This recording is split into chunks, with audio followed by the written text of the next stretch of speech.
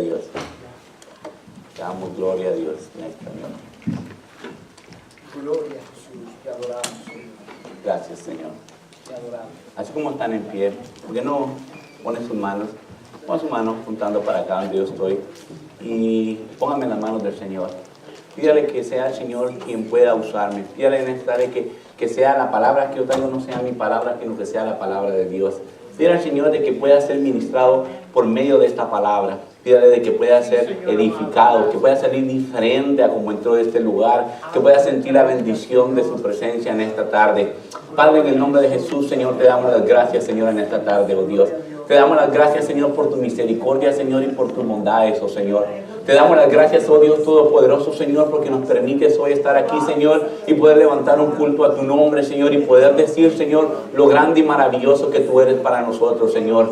Gracias, Señor, por tus bendiciones, Señor. Gracias por tus cuidados, oh Padre. Gracias, Señor, por todo lo bueno que tú haces en nuestra vida, Señor. Pero te pedimos, Señor, en esta tarde, oh Dios, de que seas tú, Señor, ministrando por medio de tu Espíritu Santo, Señor. Quita mi humanidad, Señor. Quita mi humanidad, Señor, y permite que tu palabra, oh Dios, pueda llegar, Señor, a lo más profundo del corazón de mis hermanos, Señor. Úsame como un canal, Señor, y que sea tu palabra, Señor, la que redarguya, Señor. Que sea tu palabra la que edifique, oh Señor, y que podamos, Señor, ser bendecidos por medio de ella, Señor. En tus manos me pongo en esta tarde, Señor, en el nombre de Jesús, Señor, al cual es toda la gloria, toda la honra, Señor.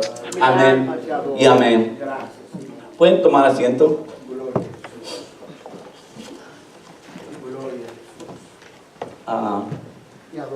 Ciertamente, meditando en la palabra del Señor, leyendo en el libro de los Efesios, podía ver cómo Dios ha constituido los llamados, y con el propósito de edificar a la iglesia. Pues el Señor es quien hace los llamados y constituye maestros, pastores, evangelistas, y lo hace con un propósito de edificar la iglesia. Y meditaba en la palabra del Señor con respecto a eso.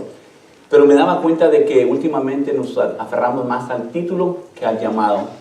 Y esto es algo muy importante, que como nosotros hijos de Dios, ciertamente no nos adueñemos de un título al cual tenemos. Llámese un pastor, llámese un evangelista, llámese le llaman un apóstol, porque no es bueno, y vamos a verlo por qué. Porque ciertamente los títulos, o llámese posiciones, son responsabilidades que Dios nos ha dado con el propósito de edificar la iglesia. ¿Cuántos dicen amén? Amén. Amén. Pero lamentablemente nos sentimos más atraídos con la palabra título, porque tendemos a imitar como el mundo gobierna. Y esto es algo que lo estamos viendo últimamente entre las iglesias, que decimos de que este es un apóstol y por ende se le admira a él por el título que tiene y no como siervo del Señor. Se le mira a él por lo que él dice que es en el título, más que por ser un lavado por la sangre de Cristo. Pero Jesús fue bien cuidadoso, bien contundente con esta respuesta que dio a Poncio Pilato. Hay una palabra que Jesús le dice a Poncio Pilato con respecto a cómo gobernar. Si nosotros somos los que somos llamados para edificar a la iglesia y cómo hemos de gobernar, no debemos de hacerlo como el mundo lo hace, basado en un título o en una posición, sino que debe ser basado como Dios lo ha establecido. Cuando Poncio Pilato cuando pusieron a Jesús enfrente de Poncio Pilato, le dijo, ¿no? ¿Eres tú rey de los judíos? Le dijo, ¿eres tú el rey? Y le dice él que si ciertamente su reino fuera de este mundo, le dice, mandaría, dice, a mis siervos a que me defendieran y no pudiera ir a la cruz. Pero él le dice que su gobierno no es de este mundo, sino que su gobierno es celestial. Nosotros como hijos de Dios ciertamente debemos de aprender eso y ejercer, que cuando gobernamos o cuando ministramos o por el llamamiento que Dios nos hace, lo debemos de hacer basado en la palabra de Dios. ¿Cuántos dicen amén? Amén. Debe ser basado a como Dios lo ha establecido, no basado en un título, no basado como el mundo lo hace en una posición, sino basado en el llamamiento que Dios nos ha hecho con una responsabilidad de edificar a la iglesia. ¿Cuántos dicen amén? Amén. Vámonos abran sus Biblias en el libro de Marcos, por favor, y me dan un fuerte amén. Libro de Marcos, vamos a estar leyendo en Marcos 10. Libro de Marcos, capítulo 10, vamos a leer de los versículos 35 al 45. Y me dan un fuerte amén cuando estén ahí. Amén. Amén. Dice, Marcos 10, capítulo 10, versículos 35. Entonces Jacob y Juan, hijos de Zebedeo, se le acercaron diciendo: Maestro, queríamos que nos hagas lo que pidiéramos. Él les dijo: ¿qué queréis que os haga? Ellos le dijeron: concédenos que en tu gloria nos sentemos el uno a tu derecha y el otro a tu izquierda. Entonces Jesús les dijo: no sabéis lo que pedís. Pedís: ¿podéis beber del vaso que yo bebo, o ser bautizados con el bautismo con que yo soy bautizado? Ellos dijeron: podemos. Jesús les dijo: a la verdad, del vaso que yo bebo beberéis, y con el bautismo con que yo soy bautizado seréis bautizados.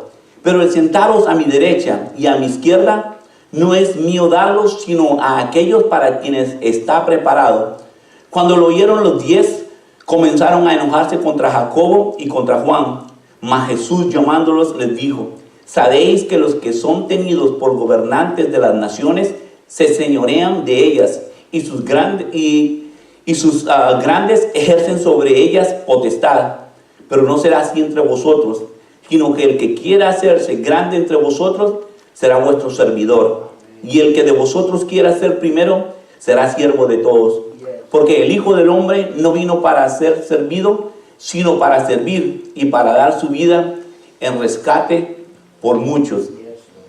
Ciertamente Jesús tenía cualidades únicas para enseñar. ¿Cuántos dicen amén? Amén. Él tenía una forma de cómo enseñar a las multitudes como a sus discípulos. Y me gusta él con qué sabiduría, amor y paciencia prosigue a explicar con respecto a la petición que los discípulos le habían hecho a él. Y él usa 4 conceptos que deberían de estar de esta petición hecha por Juan y Jacobo. Vamos a tocar en 4 conceptos. Vamos a dividir esta porción de la Biblia, porque aunque el libro de Mateo dice de que fue Salomé, la madre de Jacob y de Juan, la que vino a hacer la petición, el libro de Marcos nos dice a nosotros que ellos vinieron. Pero la respuesta del Señor es directamente a sus discípulos. En ambos casos, en los 2 libros, le dice que la respuesta es hacia los discípulos. Y Él, con un amor y una sabiduría, les viene a dar una enseñanza a ellos con respecto a lo que habían pedido. Y no importa quién haya hecho la petición, lo importante es la enseñanza que Jesús les iba a dar a ellos en ese momento. Los 4 conceptos en los cuales los vamos a dividir son la miopía espiritual, la presunción, la número 2, número 3, que en el reino de Dios sus gobernantes y las leyes las da Dios. Amén. ¿Cuántos dicen amén? Amén? Amén. Y la número 4, el siervo. Y vamos a ir desmenuzando una por una. Son 4 conceptos que es muy importante, que nos va a servir de bendición a nosotros, basado en la petición que ellos están haciendo y cómo Cristo ahora viene a darle una enseñanza a ellos con respecto a la petición que ellos están pidiendo. Primero vamos a ver, empecemos con la miopía espiritual. Yo buscaba un término o la definición de lo que era la miopía. Y dice así: es un defecto del ojo que produce una visión poco clara o nítida de las cosas que están alejadas. ¿Cuántos tienen ese problema con la vista? Yo soy uno de ellos. Algo que debería de ver claro, no lo miro bien, lo miro borroso. Algo que supuestamente está claro para otros, yo no lo puedo ver con claridad. Esta es la miopía. Es la incapacidad de darse cuenta de que las cosas que son muy claras y fáciles de entender son difíciles para los que tienen este problema. Entonces, esta es la miopía espiritual. Nuestra miopía espiritual se deja de ver en nuestras oraciones y en peticiones. Fíjense bien, en nuestras peticiones y nuestras oraciones se puede ver nuestra miopía espiritual, porque no alcanzamos a ver el propósito de Dios por el cual Dios está permitiendo ciertas cosas en nuestra vida, pero más sin embargo, como nosotros no podemos ver bien, queremos ciertamente pedir cosas las cuales no conocemos y tenemos una miopía espiritual. Ciertamente Dios normalmente lo hace, se deja ver en nuestras oraciones delante de Dios. Normalmente lo hacemos basado en lo que anhelamos o lo que queremos y nunca basado en lo que se nos ha enseñado, que es de acuerdo a la voluntad de Dios. Esto es lo que nosotros deberíamos de aprender, de acuerdo, basado en la voluntad de Dios. La petición de los discípulos ciertamente era válida, porque ellos estaban pidiendo algo que anhelaban. Ciertamente Cristo les había acabado de enseñar: no tenéis porque no pedís. Todo lo que pidas en mi nombre se los hará, se les dará. Ciertamente esto era claro, pero ciertamente ellos no podían pedir bien. Y vamos a entender por qué no podían pedir bien, porque al final de nuestras oraciones nosotros siempre debemos decir de acuerdo a la voluntad de Dios, no a mi voluntad. Cuando nosotros ciertamente venimos basados de acuerdo a la voluntad de Dios, nos vamos a dar cuenta que no todo lo que pedimos, no todo lo que le oramos al Señor va acorde con el plan divino que Él tiene para nuestra vida. Lo que los discípulos estaban pidiendo era que uno estuviera sentado a la derecha y otro estuviera sentado a la izquierda. Si ciertamente eso hubieran podido ver que en su petición lo que estaban pidiendo no tenía sentido, porque para poder llevar a alcanzar la gloria se debe pagar un costo, se debe pagar un precio. Dice, todo aquel que quiere venir en pos de mí, tome su cruz día con día y sígame. Amén. Si ellos hubieran podido ver antes de la petición la imagen de aquellos ladrones que estaban al lado, uno al derecho y otro a la izquierda, ciertamente la petición de ellos no hubiera sido esta, de decir, Señor, que nos sentemos en tu gloria. Qué fácil para ellos, qué fácil para ellos. Se acababan de enlistar en los planes del Señor o en el ejército del Señor y decían, ¿dónde está nuestro galardón? No habían ni aún peleado la batalla y ya estaban pidiendo una gloria para ellos. Normalmente a nosotros nos sucede también esto cuando venimos delante del Señor y nos convertimos en cristianos o nos convertimos en hijos de Él. Primero queremos todas las bendiciones, primero queremos todo lo que Dios tiene para nuestra vida, pero sin entender el proceso o por dónde nos va a llevar el Señor para ir formando en nosotros un carácter y un espíritu de acuerdo a la voluntad de Él. ¿Cuántos dicen amén? Por eso digo, la miopía espiritual no nos permite ver a nosotros. No podemos ver con claridad los planes de Dios. Pedimos y pedimos mal porque no sabemos lo que estamos pidiendo.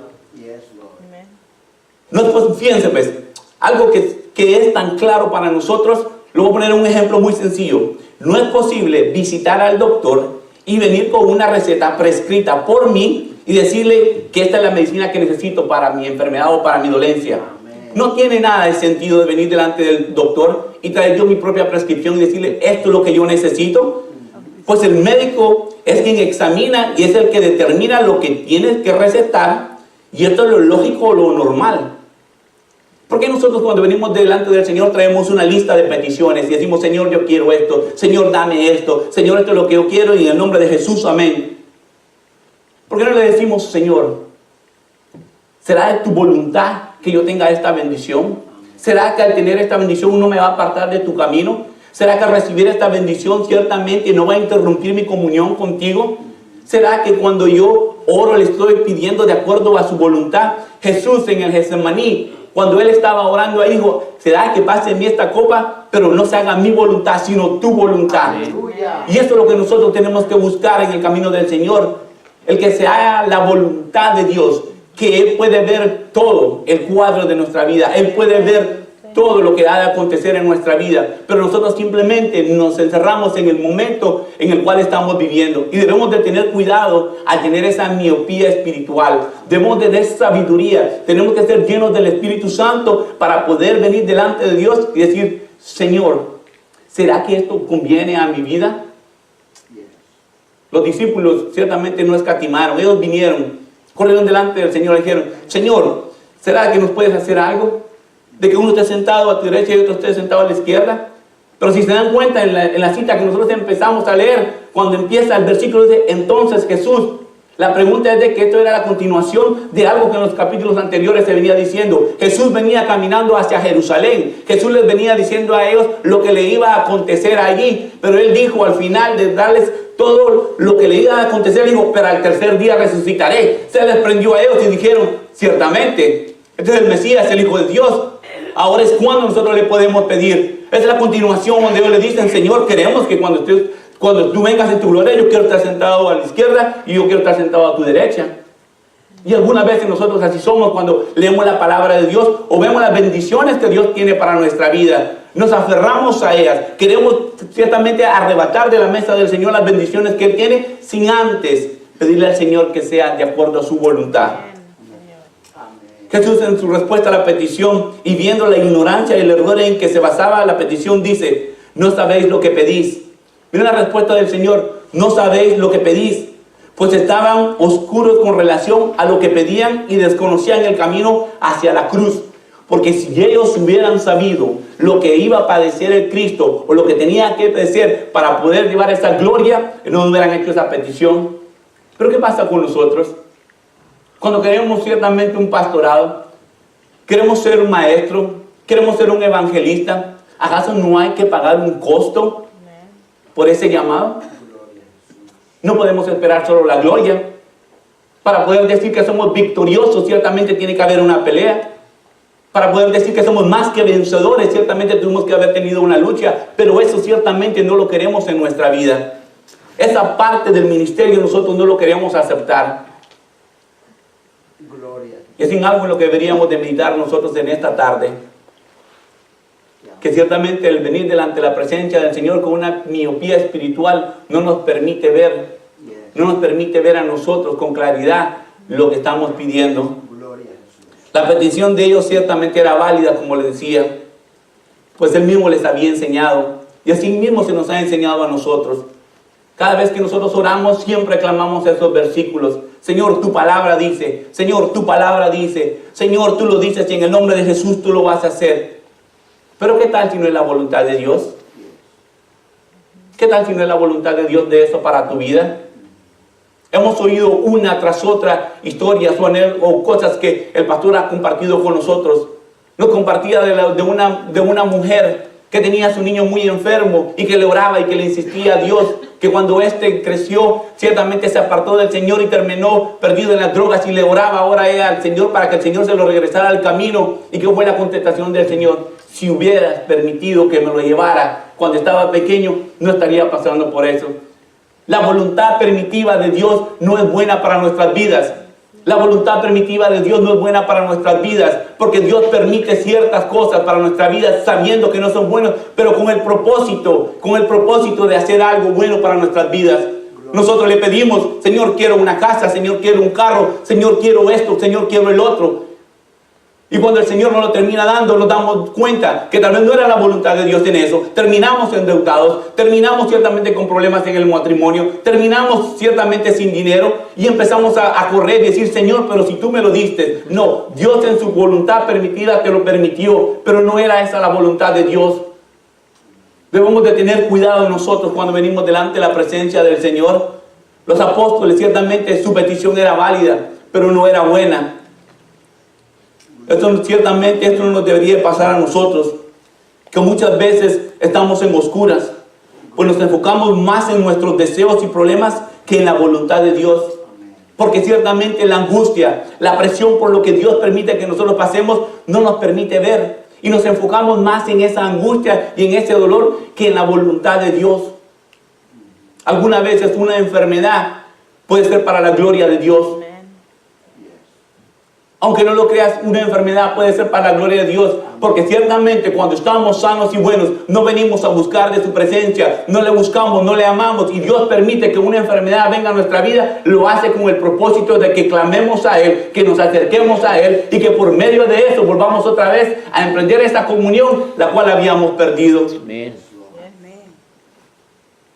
Ciertamente Dios es bueno y misericordioso cuando permite ciertas acontecimientos en nuestra vida o ciertas circunstancias que no las comprendemos nosotros. Santiago es claro en decir en Santiago 4:3 dice, pedís y no recibís porque pedís mal para gastar en vuestros deleites. Y ve cómo es el énfasis, el apóstol dice, pedís y pedís mal, porque es para vuestros deleites. Ciertamente no lo hacemos con el sentido de que nuestra vida espiritual, que nuestro ser pueda ser más lleno de su presencia y poder buscar más de Él. Siempre nuestras peticiones están basadas en lo que nuestro corazón anhela. Y déjame decirte algo, nosotros tenemos un abismo en nuestro corazón en el cual nunca lo vas a poder saciar con nada. Tú tienes un carro Honda, tú quieres un carro BMW. Tienes un BMW, quieres un Mercedes. Tienes un Mercedes y vas a pedir un Lamborghini y vas a ir de una tras otra, porque no se puede llenar ese abismo en el corazón del hombre. No se puede llenar. Por eso dice, pedís y pedís mal para vuestros deleites. Pero hay una manera correcta de hacerlo. Y para esto, por favor, si quiero que abran sus Biblias. Nuestra hermana Diana no está, que es la que nos pone los versículos. Y vámonos a Romanos 8:26. Y denme un amén cuando estén ahí. Veamos la forma correcta como Dios quiere que nosotros nos acerquemos, como Dios quiere que nosotros le pidamos. Libro de Romanos 8, versículo 26. Y me da un amén cuando estén ahí, por favor. Amén. Amén. Dice, y de igual manera, el Espíritu nos ayuda en nuestras debilidades. Pues, ¿qué hemos de pedir? ¿Cómo conviene? No lo sabemos. Pero el Espíritu mismo intercede por nosotros con sonidos indeseables. Entonces, ¿qué significa esto? Que si ciertamente nosotros no sabemos cómo hemos de pedir, pero el Espíritu Santo ciertamente Él intercede por nosotros, pero la forma de poder decir que estoy lleno del Espíritu Santo, que estoy lleno de la presencia de Dios, es basado en la comunión que yo pueda tener con Él. En la comunión y búsqueda que yo tenga con el Señor. Porque esto me hace aclarar mi vista, esto me hace aclarar mi mente y decir, Señor, ¿será de acuerdo a tu voluntad? Pero es porque el Espíritu Santo que obra en nosotros es el que nos guía, es el que nos enseña, es el que nos muestra cómo llevar ese camino. Si los apóstoles por un momento se hubieran detenido y hubieran dicho, ¿será que será bueno esta petición que nosotros vamos a hacerle al Maestro? ¿Será lo correcto? Si hubieran meditado por un momento, ciertamente tal vez no hubieran hecho esa petición. Este es el problema de la miopía espiritual. Pero dijimos que íbamos a tocar 4 conceptos. Y el número 2 es la presunción. ¿Pero qué es la presunción? Yo leía en un término, decía la presunción, pero ¿qué significa esto? Es la vanidad o el orgullo que muestra una persona que presume y hace alarde de sí misma, de sus propias cualidades. Y traté la manera de hacerlo lo más corto posible para que pudiéramos entender. En 2 palabras, que la presunción es el pretender y presumir. Pretender y presumir. ¿Y cómo esto afecta a nuestra vida? La presunción. El pretender y presumir. La presunción es producto del pecado que radica en el corazón del hombre, cristiano y no cristiano, porque en ambos ciertamente radica esto. En el corazón del hombre siempre radica esto, el pretender y el presumir, porque pretendemos siempre alcanzar algo, pretendemos ser algo lo cual no somos, y queremos presumir, en este caso, en el ámbito cristiano, queremos presumir del llamado que Dios me ha hecho a mí. Soy un apóstol, por ende no se refieren a mí, al apóstol, al hermano Mauricio, sino al apóstol Mauricio. No me llamen el hermano Mauricio, llámenme el evangelista, llámenme el siervo de Dios, llámenme el ungido. Y empezamos a poner títulos. Y hay ciertamente un presumir y un pretender. Por eso dice que es un pecado que radica en el corazón del hombre. Cuando leemos los versículos en Marcos, al igual que los discípulos, nos indignamos de la petición que los discípulos hicieron. Porque dice que los 10 discípulos se indignaron ciertamente de la petición que le habían hecho estos al Señor. De que uno quería estar a la derecha y el otro querían estar a la izquierda. Ciertamente creían ellos decían, ¿qué se creen estos? ¿O qué corona tienen estos para ciertamente pedir esto? ¿Acaso nosotros estábamos primero que ellos? Para que ciertamente tengamos una mejor posición que ellos. Me imagino que tal vez ese era el argumento que ellos tenían. Pero esa indignación, ¿será que era por la petición que le habían hecho al Señor? ¿O porque ellos eran los que querían estar ahí? Algunas veces eso nos pasa a nosotros, hermanos. Algunas veces eso nos pasa a nosotros. Porque pretendemos o actuamos como grandes hijos de Dios con respecto a ciertas cosas. Pero en lo más profundo de nuestro corazón, nosotros estamos deseando esa posición. Nosotros estamos deseando ese lugar para nosotros. Y esto es una batalla que todos tenemos. Cuando yo empecé en el evangelio, ciertamente yo decía, yo quisiera ser como este evangelista, el cual levanta grandes multitudes. Quiero predicar también así como él predica. Y pretendía hacer algo a lo cual tal vez el Señor no me estaba llamando. Presumía ciertamente cuando el Señor me usaba para tener un estudio bíblico con 5 o 6 hermanos. Pretendía ser tan grande como los demás. Había una presunción en mi vida. Y esto era un pecado en mi corazón. Anhelaba hacer algo a lo cual el Señor no me había llamado. Y debemos de tener cuidado nosotros con esto. Debemos de tener cuidado ciertamente nosotros con eso. La presunción es perjudicial para todos en general, pero en especial al pueblo de Dios. Y quiero mencionar unos personajes. Vamos a mencionar unos personajes entre los cuales está Satanás, porque él pretendió. Satanás, en su presunción, quería ser igual a Dios. Pretendió ser igual a Dios y tomar la posición de Dios. Por ende, fue arrojado del cielo por pretender algo a lo cual Dios no lo había llamado. Otro personaje, el rey Ezequías, él presumió. Si nosotros leemos el pasaje bíblico de 1 Reyes 20, nos vamos a dar cuenta de que había un mensaje el cual se le había traído a él. Arregla tu casa, porque hoy en la noche ciertamente vas a entregar cuentas. Y con su presunción, presumió de lo que Dios había hecho en su reino y lo que había bajo su autoridad. Dice que el rey Ezequías oró al Señor y le pidió que no fuera esa la voluntad, sino que se hiciera su voluntad. Le dijo: Señor, los muertos no te alabarán, permíteme. Y él insistió en su oración, y en la voluntad permitiva de Dios le dijo al profeta Isaías: regrésate, le dijo, ve y dile que le voy a dar 15 años más. Pero ciertamente, por esa mala oración, por haber ciertamente doblado, como decimos algunas veces nosotros, el brazo de Dios para permitirle más, ciertamente fue una catástrofe para el pueblo de Israel. Porque después de haberlos sanado, el Señor presumió ante el rey de Babilonia todo lo que había, todo el oro que había. ¿Y qué fue lo que aconteció? Puso en el corazón de ellos el deseo de tener todo esto, inclusive hasta el pueblo de Dios, para poderlos esclavizar.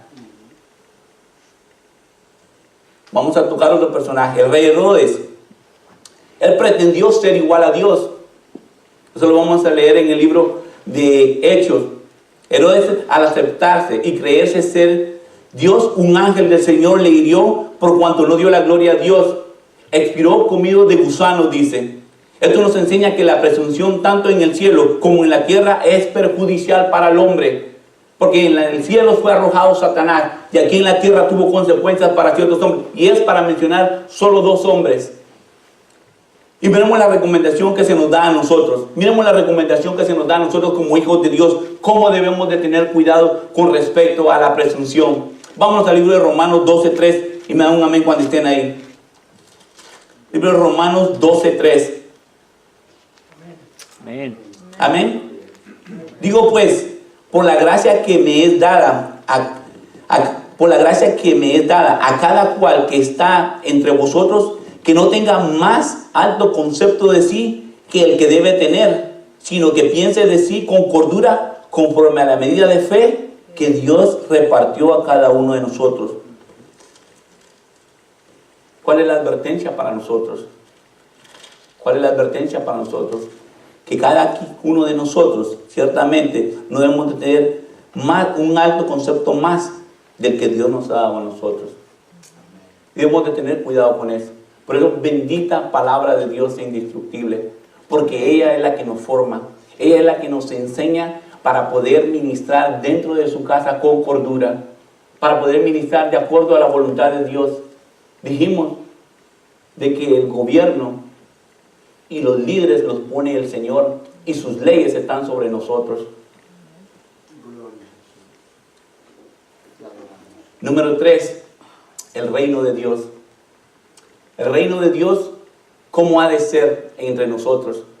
¿Saben de que cuando Él confronta a los discípulos les dice, los gobernantes de este mundo ciertamente se enseñorean de ellos, sacan un beneficio para ellos, pero entre vosotros no ha de ser así? Y esto es algo con lo que ciertamente yo chocaba y tenía contraste. Porque digo, ¿qué diferencia hay entre un siervo de Dios o un líder dictatorial, el cual se enseñorea de las ovejas o se enseñorea del pueblo, a la vida de un mundano allá afuera? Si cuando ciertamente Dios dice o nos ha enseñado Cristo, dice, pero entre vosotros no va a ser así. Entre nosotros no va a ser así, dice el Señor. En el capítulo 10 de Marcos, Jesús resalta el abuso del poder y del dominio de los gobernantes de este mundo. Porque nos pone, por ejemplo, ciertamente dice, en este mundo así es como gobiernan, los cuales Dice, se les llevó a esa posición. Y miren, pues, a los cuales se les llevó esa posición con el propósito de representar, actuar a favor y al beneficio del pueblo. Porque con eso son llevados ellos ciertamente al gobierno, con el propósito de que trabajen para el pueblo, que hagan a favor del pueblo, pero más sin embargo no lo hacen así, porque cuando están arriba ciertamente se enseñoran de ellos y les pueden, como decimos nosotros, los exprimen hasta poder sacarle lo más que puedan, todo para su propio beneficio. ¿No se les hace un poco conocida esa historia ahora en lo que estamos viendo dentro del Evangelio? ¿O no se les hace parecido con algunas sectas que eso es lo que están haciendo ciertamente? Que no hay ninguna diferencia entre lo que el mundo hace y lo que la iglesia hace. Y debemos de tener cuidado ciertamente nosotros con eso. Y ciertamente ellos hacen que sus súbditos, ¿no?, ciertamente trabajen para su propia ambición y grandeza. Porque eso es lo que hace el mundo. Hacen que sus súbditos trabajen para su propia grandeza. Pero el Señor dice, con vosotros no va a ser así como van a ser gobernados. Ustedes no van a ejercer eso dentro de la iglesia. Pero Jesús aclara que pretender ser como ellos va en contra del reino de Dios. Eso no debe de ocurrir dentro de la iglesia. Vamos al versículo 43 de Marcos 10:43. Regresemos a Marcos 10:43. Dice, pero no será así entre vosotros, sino que el que quiera hacerse grande entre vosotros será vuestro servidor. El que quiera ser grande dentro de vosotros será su servidor, dice el Señor.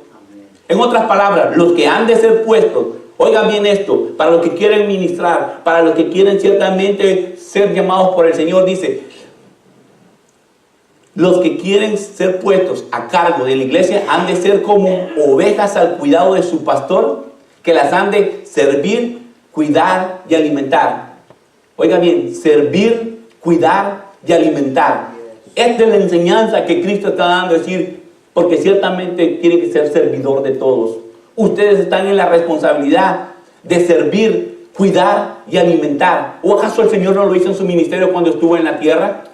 ¿Acaso no podemos verlo a Él como el siervo perfecto? Dice, las cosas que yo hago no las hago por mí mismo, sino que las que el Padre me encomendó, esas son las que yo hago. Él estaba bajo autoridad y ciertamente ejercía su función como siervo del Señor. Lo vemos más como siervo del Señor. Él no vino a presumir de que era Dios, Él no vino a presumir de que era el Cristo, sino ciertamente vino a servir a los demás, a dar su vida por los demás.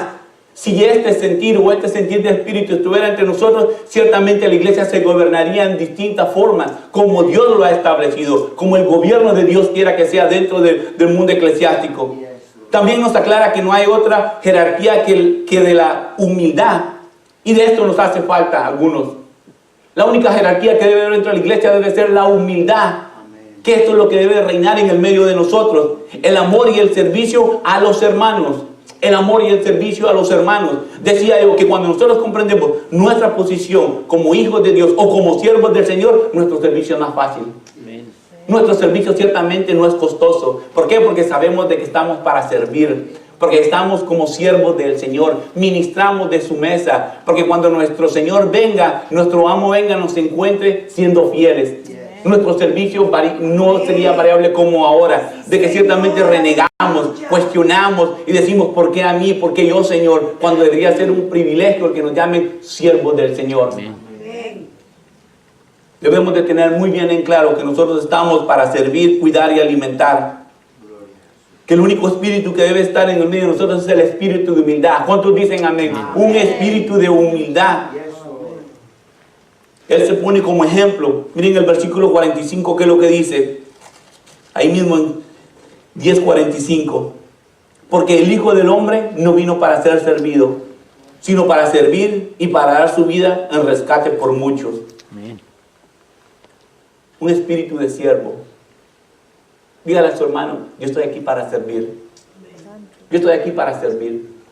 Soy un hijo de Dios, pero estoy aquí para servir. Como mi Señor lo hizo, yo también lo voy a hacer. Sería fácil cargar esta cruz. Sería fácil el caminar con el Señor. Para poder recibir la gloria y poder decir cuando lleguemos a este momento en el que Pablo llegó, dice, con Cristo estoy juntamente crucificado. Ahora sí, Señor, dame tu gloria, Señor. Amén. Pero porque me has hallado fiel. Me has hallado siendo un siervo fiel. Que eso es lo que nosotros queremos.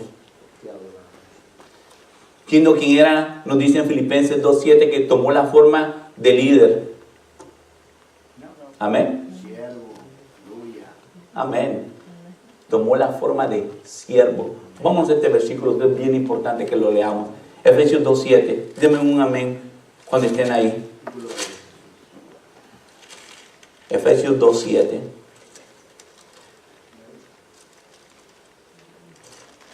Amén.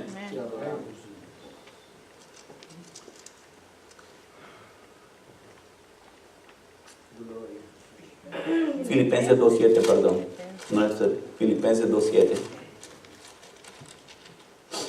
Dice Filipenses 2:7, sino que se despojó a sí mismo, tomando forma de líder, hecho semejante a los hombres.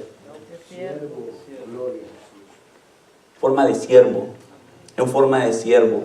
Vino a servir, no a ser servido. En lugar de recibir grandeza u homenaje, nos dice que se hizo obediente, y obediente hasta una muerte de cruz. Quiere decir, hasta el último momento, cuando Él expió el pecado por nosotros en esa cruz del Calvario, hasta ese momento Él fue obediente a lo que ya había establecido el Padre de antes de la fundación del mundo. Él vino a cumplir la voluntad del Padre. ¿Cuántos dicen amén? Amén. De igual forma deberíamos de ser nosotros, de poder mostrarnos en esa obediencia hacia Dios, a lo que Él nos haya llamado a hacer. Ahora bien, el pasaje de Filipenses 2, que muestra la permanencia de su divinidad. Fíjese, en ese pasaje muestra la permanencia de su divinidad, porque dice que Él, no siendo igual a Dios, no escatimó el ser igual a Dios, sino que se despojó de eso.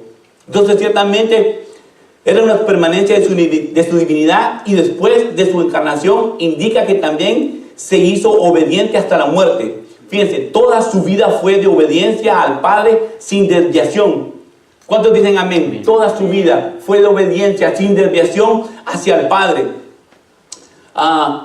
Y su muerte fue el acto culminante de esto. Nunca hizo nada independientemente del Padre. Él nunca hizo nada de lo que ya había sido establecido, sino que todo lo que el Padre había predispuesto desde antes de la fundación del mundo, todo se vino a cumplir al pie de la letra. Amén. Para que se cumpla la Escritura, decía siempre el Señor, para que se cumpla la Escritura. Juan 5:19 dice, respondiendo Jesús les dijo, de cierto os digo, no puede el Hijo hacer nada por sí mismo, sino lo que ve hacer al Padre, porque todo lo que el Padre hace, también lo hace el Hijo igualmente. O sea, no puede hacer el Hijo nada, sino lo que ve hacer al Padre, esto es lo que hace. Deberíamos de tener un espíritu de imitación, nosotros también hacer así, que todo lo que mi Señor hace, que todo lo que el Señor me ha encomendado, eso es lo único que yo hago. No es basado en mi voluntad, no basado en mi concepto, sino lo que se ha establecido para mi vida debe de ser un principio para mí. Aleluya. Amén. Deberíamos de ser siervos en esa forma nosotros. Amén.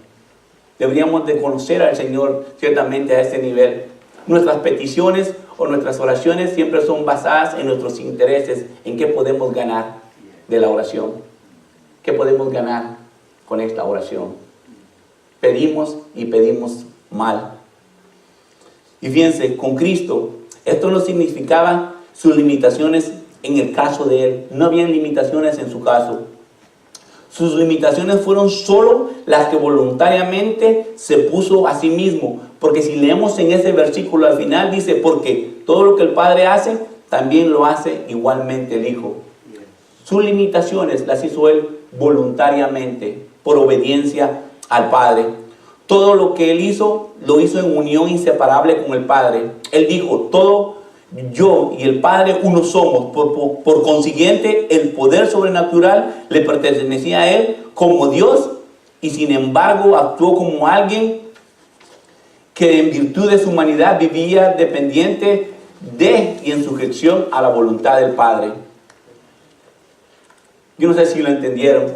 A pesar de que era un Dios, Él vivía de y dependía del Padre. ¿Acaso no nosotros estamos llamados también o únicamente a estar en esta comunión con el Señor? ¿Qué es lo que dice el Señor? Yo soy la vid, vosotros sois los pámpanos. Quien en mí no permanece ciertamente es arrojado y echado fuera. Pero apartados de mí no hay vida, dice el Señor. Apartados de mí no hay vida. Si nosotros tomáramos ese principio de que Cristo es la vid, la raíz, nosotros los pámpanos, los cuales estamos anexados a ese árbol, y de Él recibir la vida, de Él recibir todo lo que tenemos, ciertamente diríamos, Señor, el hacer tu voluntad. me es agradable. Porque estoy en unión contigo, porque te pertenezco a ti. No soy yo quien ahora decido, ahora eres tú quien decide por mí. Deberíamos de aprender ciertamente a vivir esa vida de siervos a ese nivel. Que Cristo aún en su deidad y en su poder vino a poner su vida por nosotros como de siervo. Así que vino a poner su vida por muchos. El último punto es el siervo. Y vamos a ir terminando ya.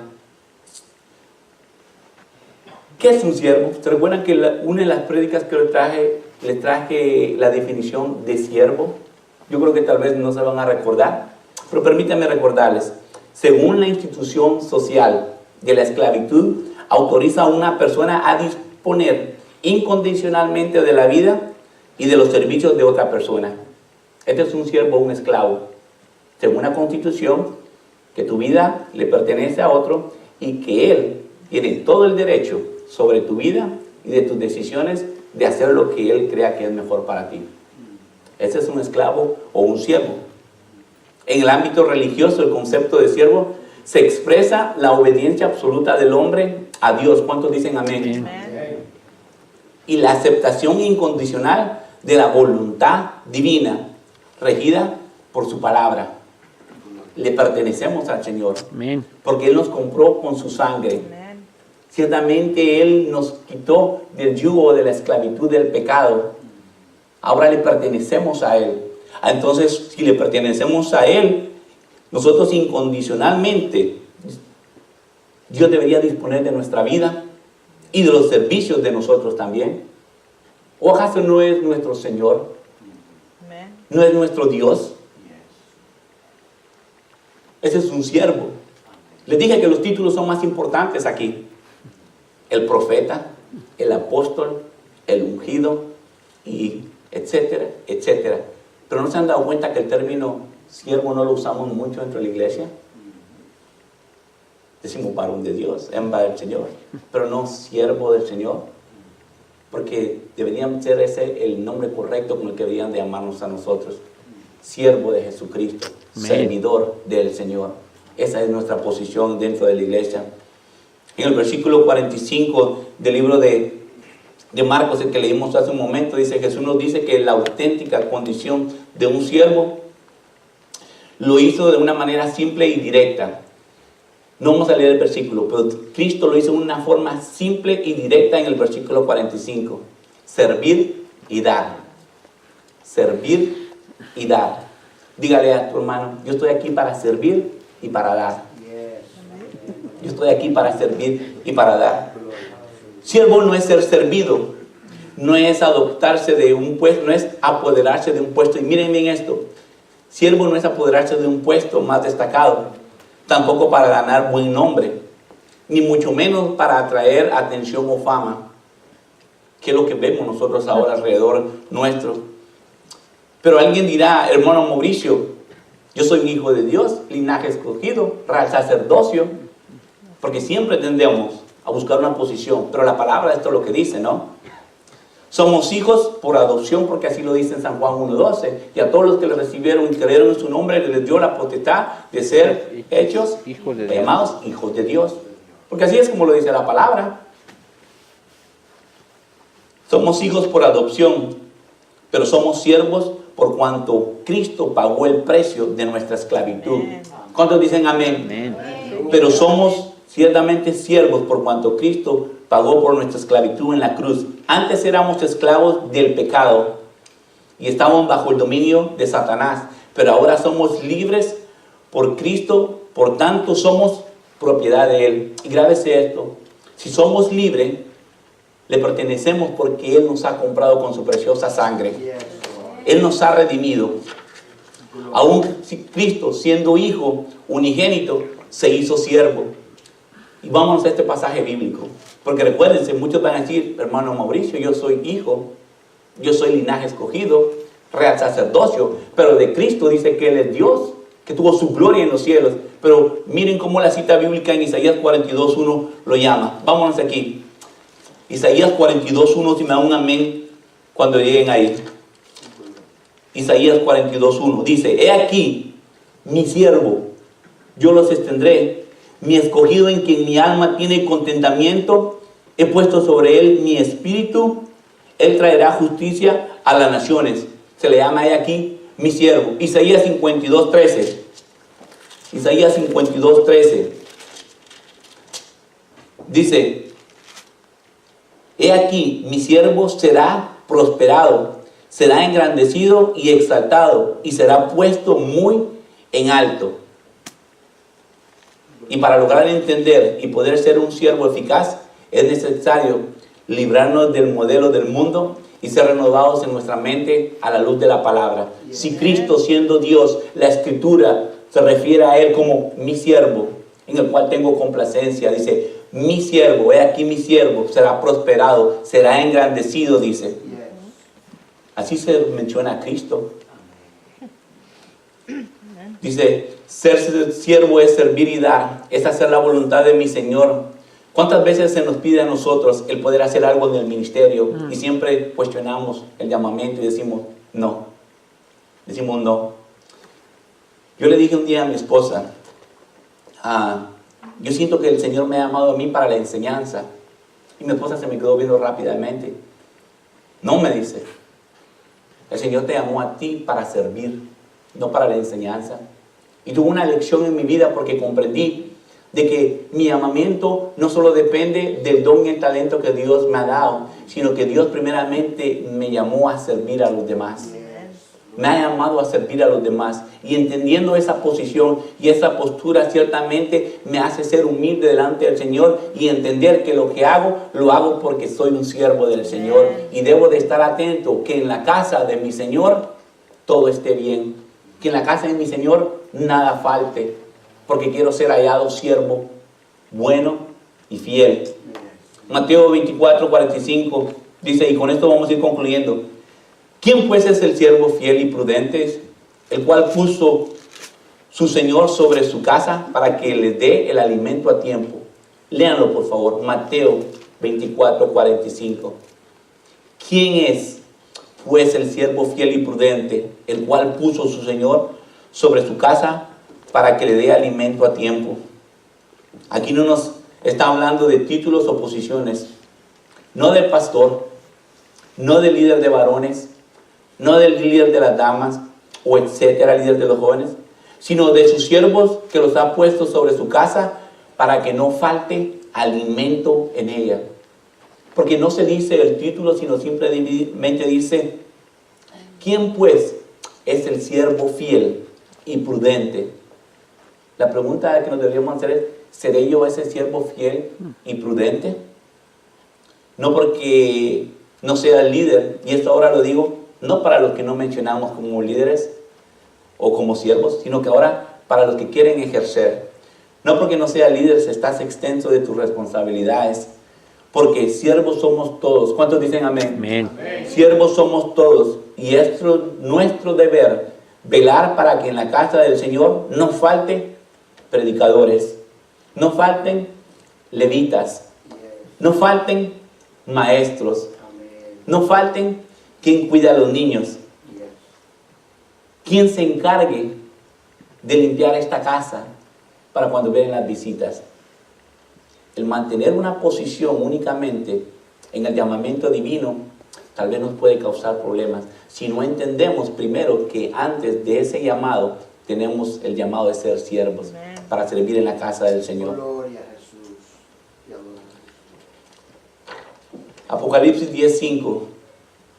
Apocalipsis 19:5 dice, y salió del trono una voz que decía, alabad a nuestro Dios todos sus siervos y los que teméis, así pequeños como grandes. Dice, y salió del trono una voz que decía, alabad a nuestro Dios todos sus siervos. No menciona una posición, dice, todos sus siervos. Amén. Pongámonos en pie. Gloria. Y vamos a darle gracias a Dios y con esto concluyo. Que nuestra contemplación del Hijo de Dios como siervo lleve nuestros corazones a adorarle y a alabarle. Y considerarle en la perfección de sus caminos. Recordemos que Él nos dejó un ejemplo para que sigamos sus pisadas. y que hallemos nuestro deleite en hacer su voluntad. Porque a nosotros se nos aplica su palabra. Como el Padre me envió, así yo los envío a ustedes. Así como el Padre envió a su Hijo amado a hacer su voluntad así en la tierra, ahora el Señor nos envía a nosotros a que hagamos su voluntad aquí en la iglesia. Hoy es un buen día para que meditemos. No es basado en un título, no es basado en un llamamiento. Llámate pastor, llámate líder, llámate